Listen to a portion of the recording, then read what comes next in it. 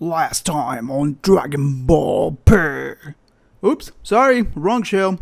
I wanted to answer the question how all Pokeballs really are, and the more I looked into it, I realized that, well, there's not a solid answer.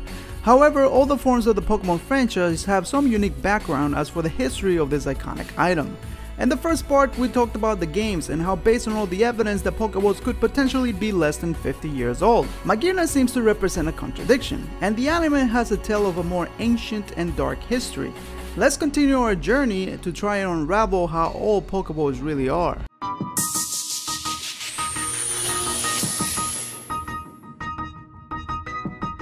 The anime and sometimes the games have shown us that the concept of trying to capture Pokemon has been part of their history since ancient times. There are other items that have served the same purpose as the Pokeball. Some we can actually date their origin and others are surrounded in mystery.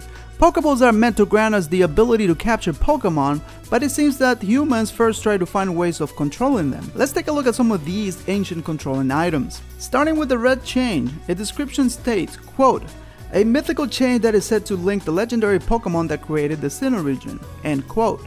This unique item was created by Cyrus using crystals from the Lake Trio Guardians. It is not known how Cyrus was able to obtain this information, but the setting implies that the red chain had existed before, and all Team Galactic was trying to do is replicate it using their advanced technology. It seems to only work on Dialga and Palkia, but its effect is similar to a Pokeball as it grants you a way to constrain a Pokemon. Let's move on to Generation 3, as I'm sure many of you will remember similar items to the red chain. I'm referring to the red, blue, and jade orbs. It is not known how old these items really are, but just like the red chains, their purpose was to allow humans to control powerful Pokemon. In this case, Cairo, Groudon, and Rayquaza. Unlike the red chain, however, it is documented that these orbs are able to control other Pokemon, and even people, like in the case of Pikachu and Archie.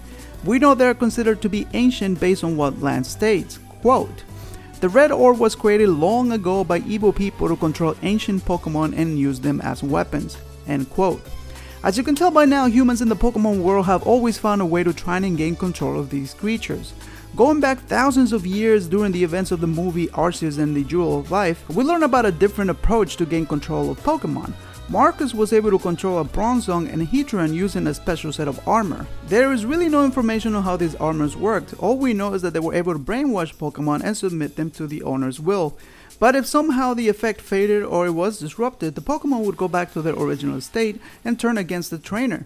These armors worked extremely similar to another ancient relic found in the episode Control Freak. It is in here that we learn the story of an ancient queen that was able to control Pokemon that came into her village using a mask and a staff. Unlike the armor sets, we do learn some of the technology behind it. Based on the lines of the script on that episode, the staff worked using sound waves to control Pokemon, and once these Pokemon were out of the range, they would go back to normal. Jessie was able to obtain these items and successfully control many Pokemon, including Pikachu. As I stated before, humans in the Pokemon world seem to be fascinated in gaining control over Pokemon. It wasn't until later on that they moved away from a controlling aspect to a more training concept. As I mentioned in the first part of the series, Drayden states that during his childhood there were no Pokeballs, and Pokemon were able to run away from trainers they did not like. It seems that Pokeballs were created as a form of constraining Pokemon when they wanted to escape or misbehave. This is seen many times in the anime when trainers call back Pokemon to their Pokeballs when they feel they cannot control the situation.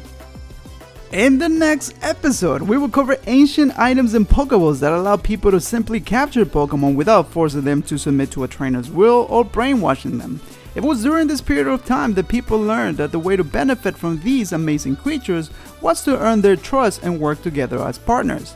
I know that you guys are gonna kill me because I'm making this a 3-part video, but it's just too much information that you guys don't want to miss. Until next time, Pokemon fans.